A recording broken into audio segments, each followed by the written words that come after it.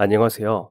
시대가 달라지고 있다는 것을 요즘은 매일같이 느낄 수 있는 것 같아요. 특히 기술과 과학의 발전을 보면 어릴 때 상상도 하기 힘들었던 미래 사회에 산 것 같은 기분이 드는데요. 요즘은 KTX로 서울에서 부산까지 3시간 만에 갈 수도 있고, 지구 반대편에 떨어져 있는 사람과도 실시간으로 연락을 주고받고, 얼굴을 보면서 이야기를 나눌 수 있죠. 하지만 제가 어릴 때만 해도 친구들과 통화를 하려면 집 전화나 공중 전화를 이용해야 했는데요. 지금은 친구와 이야기를 나누고 싶을 때 언제든 개인 스마트폰을 꺼내서 메시지나 전화를 할 수 있고, 얼굴을 보며 영상 통화를 할 수도 있어요. 그러다 보니 서로 멀리 떨어져 있어도 예전만큼 마음의 거리가 멀어지지는 않는 것 같은데요. 이런 기술들이 제가 어린 시절에도 널리 쓰이고 있었다면 어떻게 됐을까 하는 생각을 종종 해요. 제가 이런 생각을 하게 된 이유 중 하나는 바로 제 어린 시절 친구인데요. 제가 어릴 때 굉장히 소심한 성격이었거든요. 친구들에게 먼저 다가가서 인사를 하는 것조차 어려워했고, 먼저 다가와준 아이들이랑도 무슨 이야기를 할지 몰라서 망설이다가 친해질 기회를 놓친 적도 많아요. 원래 성격 자체가 소심한 데다가 어릴 때 아버지를 따라 여기저기 이사를 많이 다니다 보니 친구들이랑 깊이 있게 친해질 기회를 얻는 게 힘들었어요. 초등학교 내내 떠돌이 시설을 하다가 중학교에 갈 때쯤에는 자리를 잡게 되었어요. 이번에도 역시나 어딘가로 이사를 하겠지 싶었는데 아니더라고요. 낡고 허름하기는 했지만 방 2개가 있는 작은 집을 마련했거든요. 우리 이제 여기서 쭉 살 거다. 진짜? 진짜 아빠? 우리 이제 이사 안 가? 그래, 안 가. 이제 이사 안 가도 돼. 우와, 정말이지 아빠? 이제 계속 여기서 사는 거지. 학교도 전학 안 가고. 그래 이 녀석아. 그게 그렇게 좋냐? 그럼. 와, 이제 이사를 안 가다니. 나 그럼 짐도 전부 다 푼다? 그래, 짐도 다 풀고 다 정리해 놓아. 그럼 나 아빠가 사줬던 비틀즈 포스터 붙여도 돼? 그럼 이제 우리 이사 안 가고 여기서 쭉 살 거야. 그동안 너 붙이고 싶었던 포스터, 사진 이런 거 다 붙여도 돼. 꿈만 같았어요. 그동안 아빠랑 여기저기 이사를 하느라 저는 항상 박스에 있는 짐을 다 풀지 않았어요.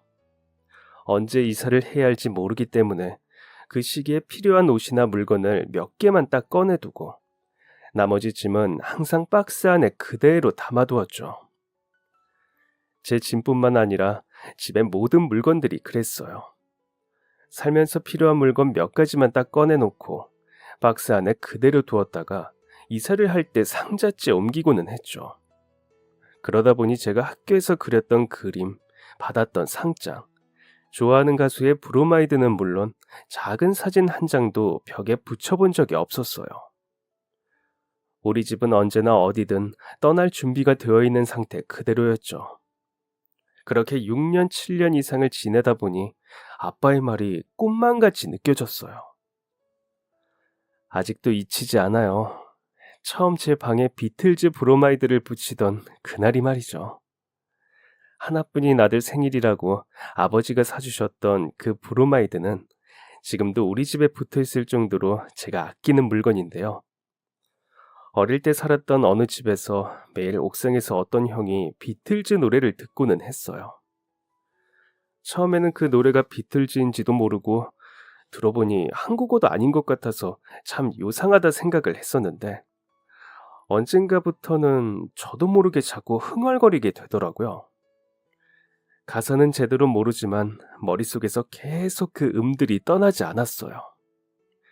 그래서 어느 날은 그 형에게 이게 무슨 노래냐고 물어보니 비틀즈라는 영국 가수의 음악이라고 하더라고요. 제가 관심을 보이니 그 형은 신이 나서 저에게 그 가수의 이름부터 역사, 그리고 노래들을 여러 가지 알려주기 시작했는데요. 가사가 적힌 종이를 보여주면서 노래를 알려주기도 했어요. 그러다 보니 어느새 저도 형처럼 비틀즈의 매력에 푹 빠져들게 되었죠. 그동안 유명한 가수들의 관심도 없던 제가 비틀즈 노래를 하루 종일 따라 부르고 공책에 꼬부랑 글씨로 가사를 적어오는 것을 본 아버지가 처음으로 제가 무엇인가를 그렇게 좋아하는 모습을 보고 브로마이드를 사주게 된 거예요. 제가 처음으로 좋아했던 가수이자 아버지가 처음으로 저에게 사준 브로마이드라 저에게 의미가 특별할 수밖에 없죠. 당당하게 브로마이드를 붙이고 처음 등교를 한 날 별거 아닌 일이었지만 이전과 달라진 상황에 제 마음은 한껏 부풀었어요. 늘 별 생각 없이 다니던 학교 가는 길이 그날 처음으로 두근거리고 설레더라고요. 그래도 여전히 낯을 많이 가리고 수줍음이 많은 성격이라 학교에 가서 아이들에게 말을 걸지는 않았지만 이제는 진짜 오래 볼 수 있는 친구를 사귈 수 있다는 생각에 제 마음은 그 어느 때보다 들떠 있었어요. 그래도 워낙 소심한 성격 탓에 여전히 교실에서는 있는지 없는지 모를 조용한 아이였어요. 입학한 지 2달째가 되도록 딱히 친한 친구라고 부를 만한 애도 없었죠. 나도 애들이랑 조금 더 친해져야 할 텐데 그러려면 용기를 내야 하는데 하면서 소심한 제 성격을 고쳐야겠다는 생각은 많이 했어요. 하지만 막상 애들 앞에 서면 이상하게 몸이 얼어붙어서 말이 잘 나오지 않더라고요. 무슨 이야기를 꺼내야 할지 몰라 한참을 생각하다가 쉬는 시간이 끝나버리기도 하고요. 그날도 오늘 하루 있었던 일들을 곱씹으면서 그때 이렇게 농담을 했다면 친구들이 좋아했을 텐데 하는 이런저런 생각을 하며 주번이라 수업이 끝난 후 교실을 정리하던 중이었어요. 그런데 어딘가에서 익숙한 노랫소리가 들리더라고요. 분명 이건 제가 좋아하는 비틀즈의 노래인데 싶어서 귀를 기울였더니 복도 쪽에서 노래가 들리고 있었어요. 작은 소리였지만 분명 제가 좋아하는 가수의 노래였죠. 그러더니 잠시 후 화장실에서 대걸레를 빨아서 가지고 가는 한 친구의 모습이 창문으로 보였어요. 그때 어딘가에서 용기가 솟아오르더라고요. 저는 그래서 다짜고짜 그 친구의 뒤를 쫓아갔어요. 저기, 어? 너? 저기, 그, 너, 너도 비틀즈 좋아해? 대체 어디서 그런 용기가 나왔는지 모르겠어요. 같은 반 친구에게도 아닌 다른 반 아이를 붙잡고 이렇게 먼저 말을 건 적은요. 그동안 선생님 심부름 등으로 아이들에게 말을 걸었던 적은 있었지만 누군가랑 친해지고 싶어서 이야기를 꺼낸 것은 처음이었죠. 제가 그 아이를 불러놓고도 너무 당황스럽고 부끄러워서 얼굴이 불타오르는 게 느껴졌어요. 잠시 저를 멀뚱히 쳐다보는 그 친구를 보고는 괜히 말을 걸었나 하는 생각이 들기도 했죠. 잠깐 침묵이 흐르는 몇 초가 저에게는 몇 년처럼 느껴졌어요. 너도 비틀즈 좋아해? 우와, 다른 애들은 비틀즈는커녕 외국 가수는 관심도 없던데 맨날 서태지와 아이들인가에만 관심 있고. 나 비틀즈 좋아해. 그 초등학교 때부터 좋아했어. 진짜? 우와, 나도. 우리 아버지가 비틀즈를 엄청 좋아하거든. 우리 집에 LP판도 있어. 우와, LP? 나 한 번도 들어본 적 없는데. 뭐? LP를 한 번도 들어본 적이 없어? 안 되겠네. 이따가 우리 집에 들으러 갈래? 너희 집에? 나 지금 청소 다 해서 옆 건물에 있는 동생만 데리고 가면 돼. 내가 같이 가도 돼? 당연하지. 비틀즈 좋아하는 친구는 처음인데 이런 기회를 놓칠 수는 없지. 그렇게 처음으로 용기 내 말을 걸었다가 저는 그 친구의 집까지 놀러가게 되었어요. 옆반 주번이었던 그 친구와 수업 정리를 다 끝내고 초등학생이었던 동생을 데리고 집으로 놀러갔죠. 집으로 놀러갔더니 할머니가 저희를 반겨주었어요. 친구랑 먹으라고 과자랑 음료수도 가져다 주시더라고요. 친구를 따라 안쪽에 있는 방에 들어갔더니 그 안에는 커다란 LP 기계가 있었어요. 한쪽 벽면에는 LP판이 잔뜩 꽂혀 있었고 음악을 좋아하는지 그 옆에는 노래 테이프들도 잔뜩 있더라고요. 우와, 그런데 이렇게 막 들어와도 아버지가 혼내시는 거 아니야? 괜찮아. 우리 아버지 이제 안 듣거든. 돌아가셔서 못 들어. 어, 어? 미안해. 아? 아니야, 괜찮아. 아버지 돌아가신 지도 벌써 몇 년 됐어. 내가 초등학생 때 어머니랑 교통사고로 갑자기 세상을 떠나셨거든. 그 뒤로 할머니가 나랑 내 동생을 돌봐주고 있어. 부모님이 돌아가셨다는 말을 아무렇지 않게 하는 친구가 신기했어요. 저는 어디 가서 먼저 어머니가 세상을 떠나셨다고 이야기하지 못했거든요. 그날 같이 이야기를 나눠본 친구는 저와는 굉장히 달랐어요. 항상 자신감이 넘쳤고 성격도 무척이나 활발하고 이야기도 재밌게 잘했어요. 부모님이 일찍 세상을 떠났지만 그거에 대한 불평이나 불만도 없었고 한마디로 구김살이 없는 밝은 아이였어요. 뭔가 저랑 비슷한 상황인 것 같으면서도 굉장히 다른 친구의 모습이 신기하기도 하고 한편으로는 그의 당당함이 부럽기도 했어요. 그렇게 늦은 저녁까지 저희는 LP로 음악을 들으면서 많은 이야기를 나눴어요. 그리고 저녁 시간이 되어 집으로 돌아갔죠. 집에 와서도 오늘 하루가 믿어지지 않았어요. 제가 먼저 말을 걸고 처음 보는 친구 집에 놀러가 같이 놀다 온 게 너무 신기했죠. 퇴근하고 집에 돌아온 아버지도 제가 오늘 친구 집에서 놀다 왔다고 이야기하자 깜짝 놀라셨어요. 내일은 친구랑 같이 과자라도 사 먹으라면서 용돈도 주시더라고요. 그때부터 제 삶이 조금씩 달라졌어요. 그 애는 워낙 성격이 활발하고 사교성이 좋아 친구들도 많았거든요. 그래서 같이 다니다 보니 저도 아는 친구들이 많아지고 저희 반에도 그 애랑 친했던 애들이 저와도 친하게 지내기 시작했어요. 학교 수업이 끝나고 나면 항상 초등학생인 동생을 데리러 같이 갔어요. 친구가 많은 아이지만 동생을 챙겨야 하다 보니 학교 끝나면 항상 약속에 빠지더라고요. 저희는 초등학교에서 동생을 데리고 집으로 가서 같이 숙제도 하고 LP로 음악도 듣고 간식도 먹으면서 시간을 보냈어요. 음악 이외에도 이야기를 나누다 보니 대화가 잘 통해서 거의 날마다 같이 노는데도 시간 가는 줄 모르겠더라고요. 2학년이 되어서는 같은 반이 된 덕분에 1학년 때보다 더 친하게 지냈어요. 드디어 저에게도 단짝이라고 부를 수 있을 만한 친구가 생겼죠. 그러다 보니 소심하기만 했던 제 성격도 그 애를 닮아가며 조금씩 달라졌어요. 저는 어릴 때부터 학교 공부를 워낙 열심히 했어요. 성격만큼 저희는 성적도 굉장히 달랐어요. 제가 잘하는 게 공부다 보니 같이 어울려 놀면서 그 애한테 이것저것 알려주기 시작했어요.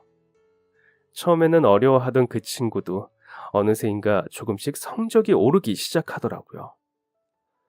학교가 끝나면 저랑 같이 숙제도 하고 시험 기간이 되면 공부하면서 저는 그 애로부터 긍정적인 성격을 배우고 그 친구는 제 덕분에 성적이 조금씩 올랐어요.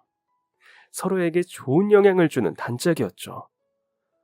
그렇게 중학교 시절 내내 붙어 다니다가 고등학교는 서로 다른 곳으로 가게 되었어요. 아쉬움이 많이 남았지만 그래도 여전히 제 가장 친한 친구였어요. 학교가 끝나면 여전히 그의 집에 모여서 시간을 보내고 주말에는 근처 시내를 돌아다니면서 같이 놀기도 했어요. 같이 용돈벌이해 보겠다며 아침에 만나서 우유도 배달하고 신문도 돌리고 아는 분의 가게에서 홀서빙 하기도 했어요. 그렇게 모은 돈으로 좋아하는 비틀즈 테이프도 사고 둘 다 대학에 갈 꿈을 꾸면서 저금도 했어요. 그렇게 저희는 언젠가 돈을 아주 많이 벌어서 비틀즈 음악을 잔뜩 틀어둘 수 있는 가게를 차리자는 꿈도 꿨어요. 대학 졸업해서 돈을 엄청 많이 주는 회사에 가자면서 잔뜩 희망에 부풀어 있었죠. 차곡차곡 쌓여가는 돈을 보면서 언젠가 그 친구와 함께 같은 대학에 다니는 꿈도 꿨어요. 어른이 되어서도 이렇게 절친한 친구랑 같이 할 수 있다면 얼마나 좋을까 생각했죠.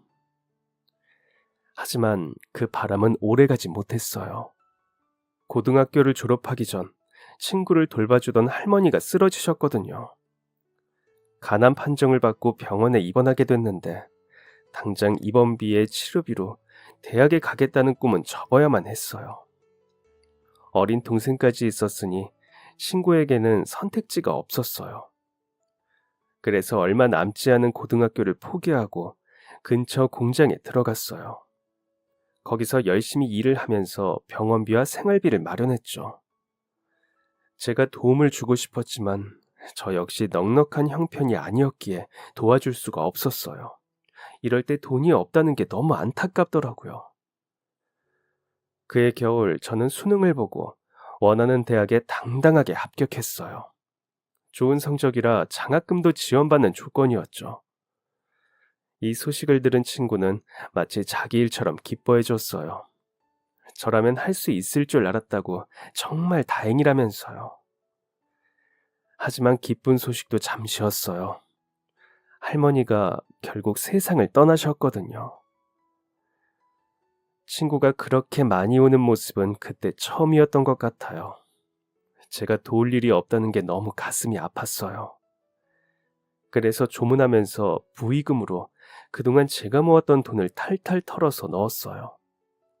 얼마 되지 않은 금액이지만 그래도 병원비와 생활비 때문에 고민이 많던 친구에게 조금이라도 도움이 되고 싶었거든요. 그리고 장례식이 다 끝난 후 친구가 찾아왔어요. 나 이 동네 떠나. 뭐? 아는 분이 울산 쪽에 진짜 돈을 많이 주는 공장이 있다고 해서 거기로 가려고. 뭐? 그렇게나 멀리? 음, 멀지만 그래도 돈이 더 중요하니까.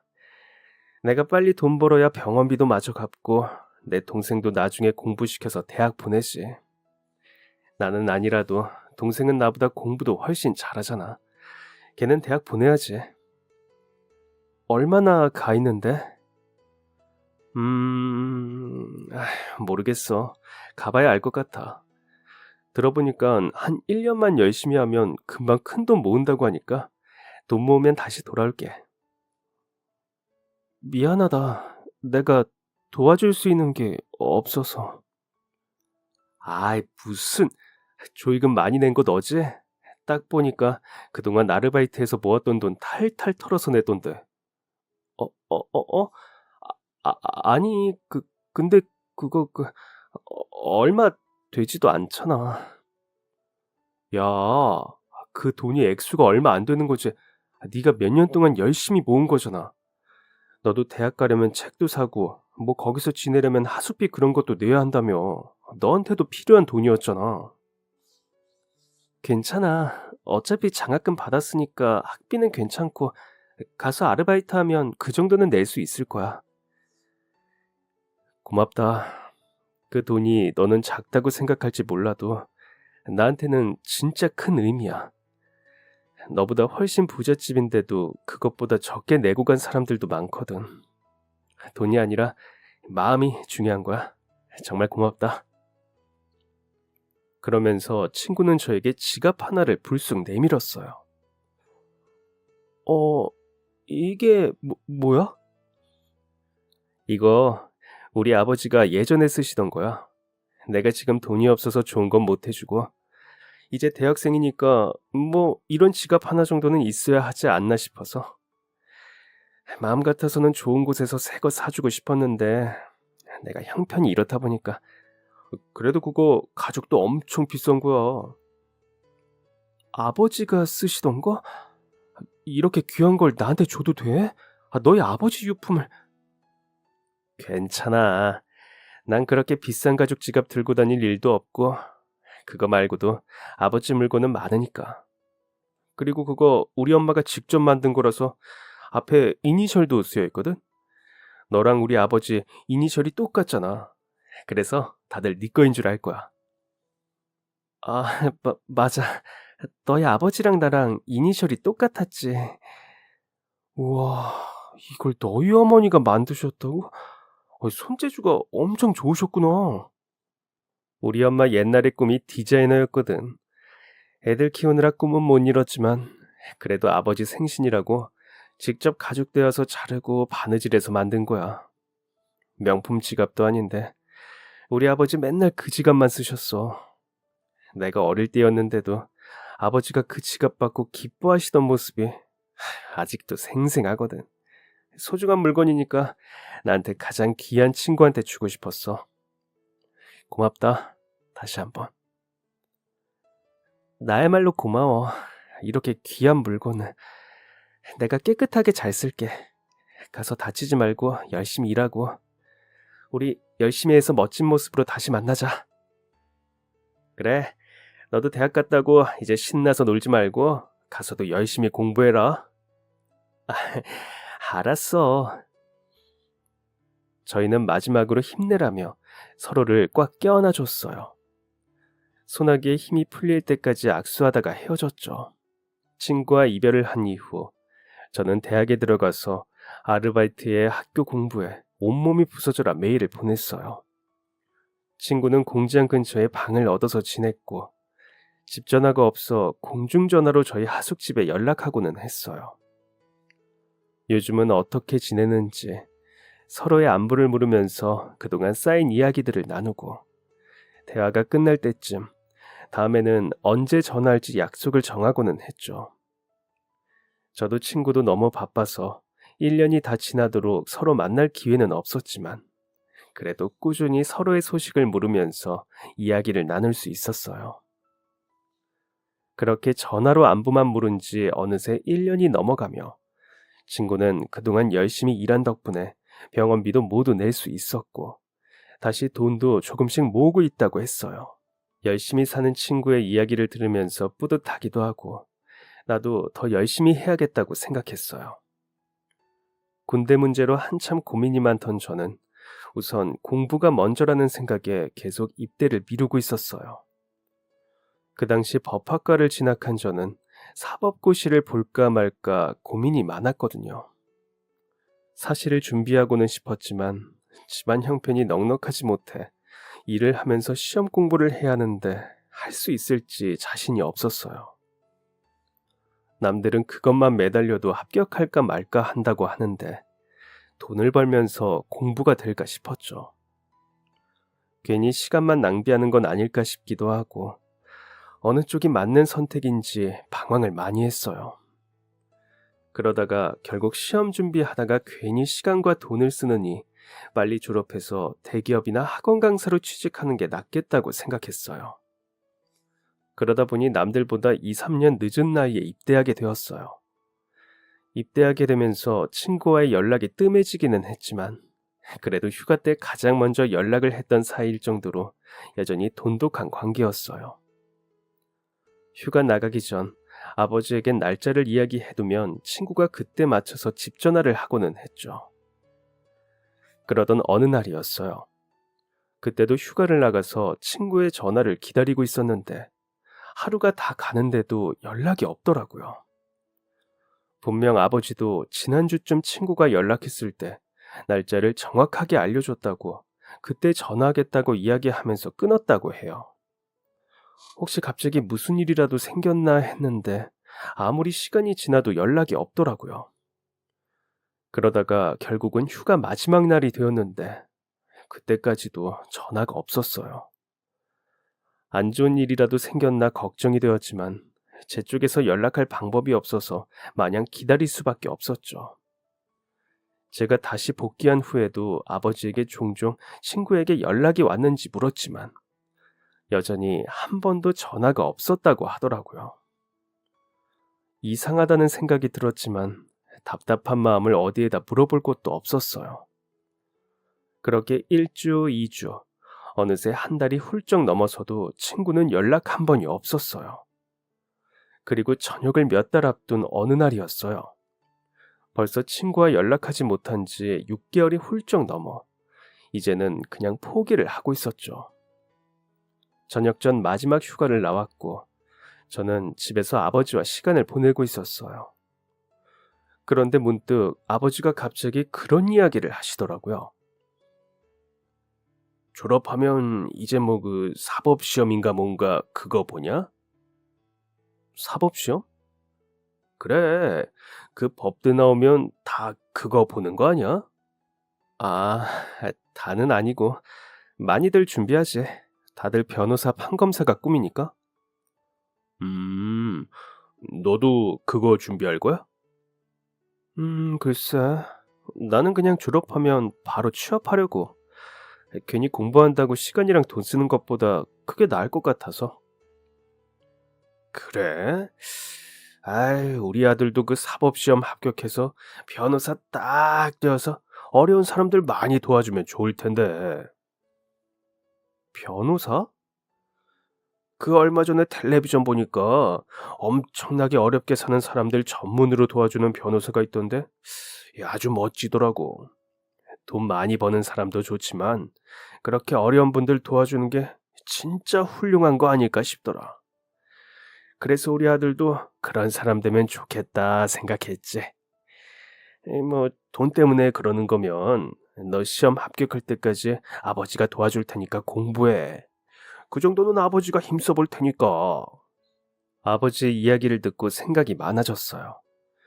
진짜 그 변호사가 멋있어서 그렇게 말한 것도 있겠지만 어쩌면 제가 돈 때문에 하고 싶은 공부를 포기하는 게 아닐까 싶어서 이야기하신 것 같기도 했거든요.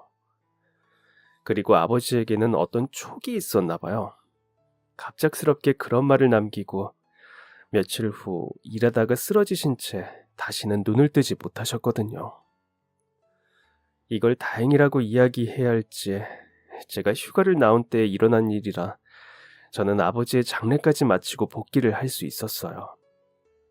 마지막 휴가에서 갑작스럽게 아버지의 장례까지 치르게 된 저의 마음이 너무 복잡했어요.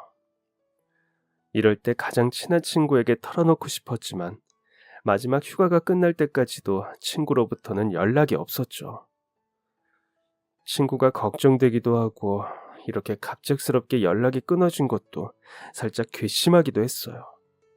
결국 저녁을 한 이후 아버지와 살던 집을 정리하면서 그동안 유일한 연락수단이었던 우리 집 전화도 끊게 되었죠. 그렇게 이제 앞으로는 영영 다시는 그 친구와 연락하지 못하겠구나 생각을 하면서 갑자기 제 삶이 크게 뒤집힌 것 같은 느낌이 들었어요. 군대에서 전역한 이후 저는 마음을 고쳐먹었어요. 얼른 대학을 졸업해서 돈을 벌려고 했던 마음을 다잡고 본격적으로 사법고시를 준비하기로 했죠. 앞으로 길이 험난하겠지만 그래도 아버지가 꼭 보고 싶어 했던 모습이니 이 악물고 달려들 준비가 되어 있었어요. 그동안 효도라고는 제대로 해본 게 없는데 이미 돌아가셨지만 이거라도 이뤄서 하늘에서라도 볼 수 있게 해드리고 싶었어요. 꼭 시험에 합격해서 반드시 자랑스러운 아들이 되겠다고 굳게 다짐하면서 대학을 졸업하고 고시원에 들어가서 시험을 준비하기 시작했어요. 그리고 예상했던 것처럼 시험을 준비하는 동안은 정말 험난했어요. 당장 생활비도 넉넉하지 않아서 낮에는 건설 현장에서 고된 노동을 하고 저녁에 퇴근하고 돌아와 다음날 새벽까지 공부했어요. 너무 오래 앉아 있어서 엉덩이에 감각이 없어진 적도 있었어요. 공부하느라 집중했더니 밥 먹는 것도 까먹는 날도 있었고요. 그렇게 일과 공부를 매일같이 하면서 오직 시험에 합격하는 것만을 꿈꾸며 달렸어요. 그렇게 1년, 2년, 3년 시간은 계속해서 흘렀어요. 우스갯소리로 사법고시 합격은 하늘이 정해준다는 말처럼 낙타가 바늘구멍에 들어가는 것만큼 어려운 일이었죠. 가끔은 내가 머리가 나쁜 게 아닐지 생각이 들 정도로 괴로웠어요. 시간이 흐르면 흐를수록 자괴감이 들기도 하고 어쩌면 내가 사법시험에 합격할 만큼의 인재는 아닐지도 모른다는 생각도 들었죠. 하지만 그런 생각이 들 때마다 마음을 다시 먹었어요. 아버지가 제가 좋아하는 거라며 어려운 살림에도 사주셨던 비틀즈 브로마이드를 보면서 나도 살아생전 못다한 효도를 어떻게든 해내자고 다짐했죠. 그렇게 총 12년이 걸렸어요. 5년이 넘을 때쯤 포기할지 고민도 했지만 그 이상이 되니까 저도 오기가 생겨서 무조건 합격을 봐야겠다 싶더라고요. 그렇게 무수히 탈락의 고배를 마시던 어느 날 합격했다는 소식을 들은 순간 그 자리에서 기절할 뻔했어요. 내가 진짜 합격을 한 것이 맞나? 몇 번이나 눈을 비비면서 다시 보고는 했죠. 그렇게 마침내 12년 만에 저는 당당하게 사법연수생 자격으로 입소했어요. 물론 이 과정도 쉽지 않다고 하지만 그동안의 끈기를 봐서는 이 정도는 가뿐하다는 생각이 들더군요. 그렇게 연수 생활을 하던 어느 날 같은 동기 한 명이 저를 부르더라고요. 형 여자친구 없지? 어? 나 아는 사람 중에 30대인데 아직 결혼 안 한 사람이 있다고. 연수생 중에 혹시 나이 비슷한 사람 없냐고 물어보더라고. 근데 다른 형은 이미 결혼했다고 하고 내가 듣기로 지난번에 형은 만나는 사람 없다고 했던 것 같아서. 만나는 사람은 없지. 나한테 그분 소개해 주려고? 어, 임용 합격해서 지금 교사로 일하고 있는데 얼굴도 귀엽고 예쁘다고 하더라고. 어때? 근데 그분이 나를 마음에 들어 할까? 형이 어디가 어때서 키도 크고 뭐 얼굴도 그 정도면 괜찮지. 그럼 된다고 한다? 얼떨결에 여자분을 소개받는 약속이 생겨버렸어요. 대학 입학하고 초반에 연애를 몇 번 하기는 했지만 고시 준비하면서 그동안 여자친구는커녕 데이트도 해본 적이 없었기에 심장이 터질 것만 같더라고요. 연애를 안 한 지도 10년이 넘었으니 그럴만도 했죠.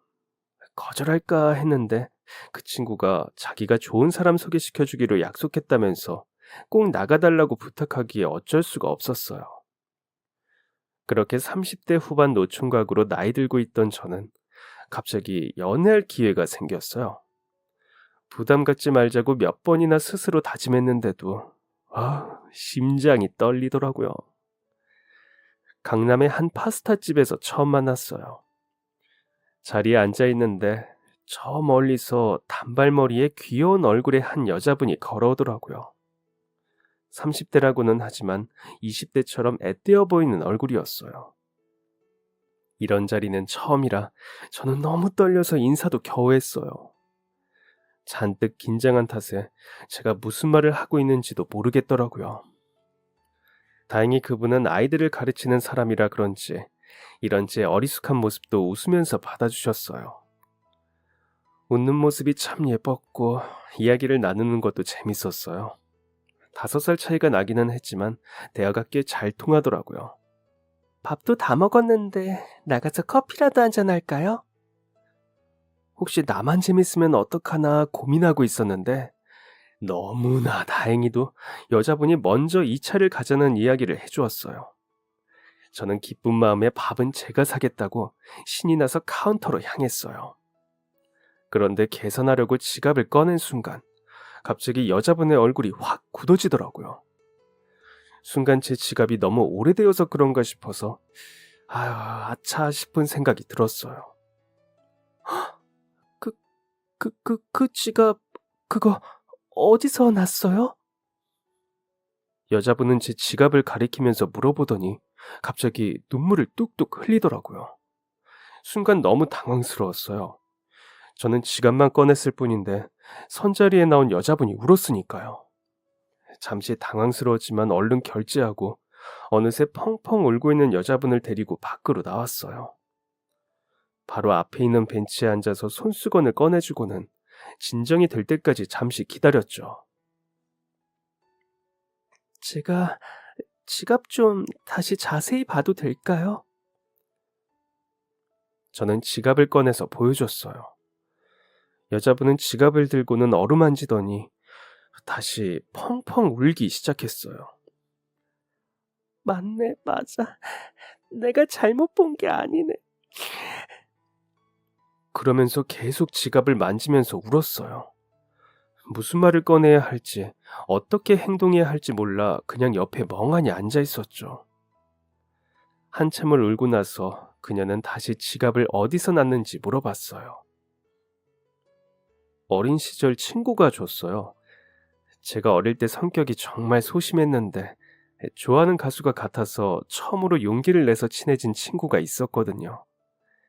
그때도 엄청나게 긴장하면서 말을 걸었는데 이야기를 나눈 그날 바로 자기 집에 데려가서 아버지가 듣던 LP를 들려줬어요. 그 후로 계속 제일 친한 친구였는데 아, 군대 가서 어느 날 연락이 또 끊겼어요.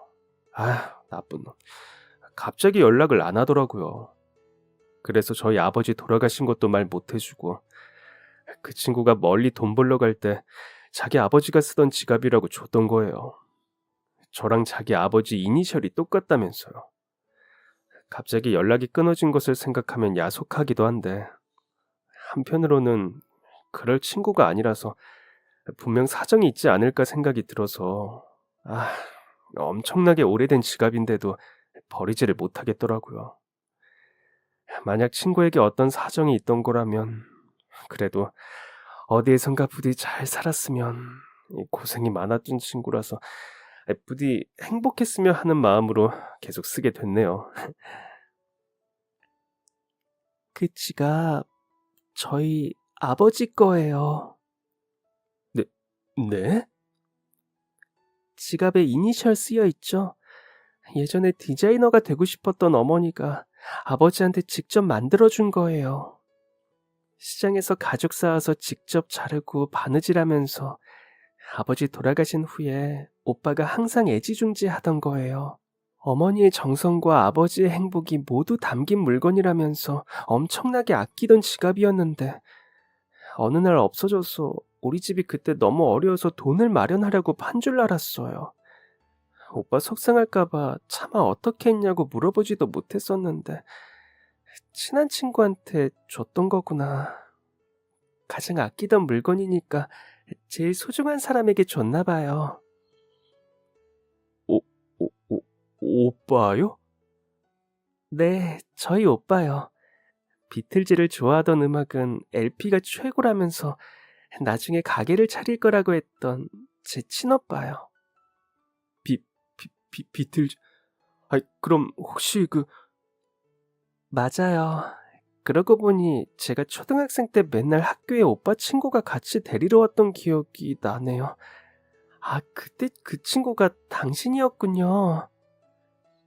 와, 전혀 몰랐어요. 하도 오래전이고 어릴 때 모습이랑 많이 달라져서. 맞아요.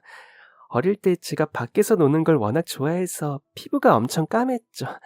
할머니가 항상 마시는 걸 많이 해주셔서 통통했기에 못 알아볼 수 있어요. 저도 어릴 때 사진 보면 지금이랑 매우 다르다 싶거든요. 그랬구나. 그러면 혹시 오빠는 지금? 우리 오빠 보러 가실래요? 그러더니 그녀는 저를 끌고 지하철을 타고는 자기 집으로 가더라고요. 한 아파트 앞에 도착했는데 그때까지도 이게 현실인가 믿어지지 않았어요. 10년 넘게 연락이 끊긴 친구를 만난다고 생각하니 심장이 금방이라도 터질 것 같았어요. 오랜 세월 너무 많이 그립고 생각했던 친구라 만나면 어떻게 해야 할지 모르겠더라고요. 문을 열고 들어가니 안쪽에서 익숙하면서도 낯선 목소리가 들렸어요. 왔어? 늦을 것 같다더니 선은 잘... 너는... 방 안에서는 팔과 다리에 커다란 흉터가 생긴 친구가 걸어 나왔어요. 상상도 못했던 친구의 모습에 저는 어떻게 반응해야 할지 모르겠더라고요. 그 친구도 저를 보고 너무 놀랐는지 그 자리에 그대로 멈춰 서 있었어요. 짠, 깜짝 선물을 가져왔지. 어때? 오빠가 맨날 이야기하던 그 친구 맞지? 정적이 흐르던 저희 둘 사이에 그녀가 일부러 더 밝게 이야기하더라고요. 친구는 잠시 고개를 떨구더니 달려와서 저를 꼭 안아주었어요. 얼굴을 보지 않았지만 어깨가 들썩이면서 울고 있다는 게 느껴지더라고요. 저도 아주 오랜만에 친구를 껴안으면서 같이 울었어요. 아무 말도 하지 않고 울고만 있었지만 저희는 그동안 서로를 얼마나 그리워했는지, 보고 싶었는지, 그리고 친구가 저에게 미안해하고 있다는 것을 느낄 수 있었어요. 그렇게 현관 앞에서 한참을 울던 저희 세 사람은 겨우 거실로 들어왔어요. 마음을 가라앉히고 자리에 앉아서 그동안 밀린 이야기를 시작했죠. 그동안 오빠는 큰 수술을 했어요. 제가 막 20살이 되었을 때 교대 합격했다고 축하해주겠다면서 케이크를 사러 갔는데 퇴근하고 케이크를 사오면서 교통사고를 크게 당했어요. 병원에 바로 옮겨졌는데 상황이 진짜 심각했죠. 겨우 수술을 마치고 회복을 지켜보는데 깨어나지를 못했어요. 다행히 뇌사는 면했다고 하는데 그 후로 일주일이 넘게 깨어나지 못했고 결국 식물인간이 된 채 기약 없이 잠이 들었어요. 아직 숨은 쉬니까 살아있는 거다. 그러니까 언젠가 깨어날 거다. 시간이 지날수록 희망이 작아지기는 했지만 그래도 포기할 수는 없었어요. 저한테 남은 유일한 가족이었으니까. 그래서 대학 다니면서 아르바이트하고 오빠 병간호까지 정말 정신없는 20대를 보냈어요. 그러다 보니까 연애는 무슨 결혼도 못하고 30대가 되어버렸죠. 그렇게 3년을 누워 있었어요. 그때쯤에는 오빠가 깨어날 거라는 희망이 거의 무너진 상태였어요. 그냥 매일 잠들어 있어도 오빠를 볼 수 있다는 사실만으로 버티고 있었는데 어느 날 갑자기 정신을 차렸어요. 하지만 식물인간 상태로 3년을 누워만 있다 보니 그 후로도 쉽지 않더라고요. 몸에 근육도 다 빠지고 음식도 그동안 먹지를 못했으니 그때 오빠 상태는 정말 말이 아니었거든요. 혼자서는 눈뜨기도 어렵고 말하는 것은 물론 화장실도 갈 수 없었어요. 그러다 보니 오빠가 깨어나고 나서 제가 할 일이 더 많았던 것 같아요. 동생 덕분에 내가 지금 이렇게 생활할 수 있는 거야.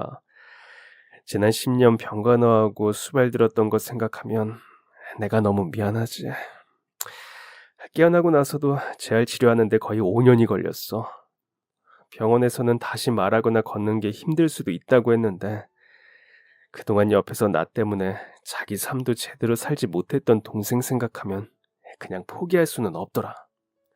그래서 남들보다 2배, 3배 더 열심히 재활했어. 진짜 이 악물고 어떻게든 남은 삶은 동생이 나 신경 안 쓰고 살 수 있게 하려고 정말 열심히 했어. 그 덕분에 지금은 이렇게 혼자서도 걷고 말하고 밥도 먹고 다 할 수 있게 되었어. 아, 그 너한테는 정말 미안하다. 내 연락 많이 기다렸을 텐데 깨어나고 나서 네 생각도 정말 많이 났거든. 그런데 예전 전화번호는 연락이 안 되고 학교도 이미 졸업하고 너를 찾을 방법이 없더라고. 친구의 몸에 난 흉터를 보니 그때 얼마나 큰 사고였는지 알 것 같았어요.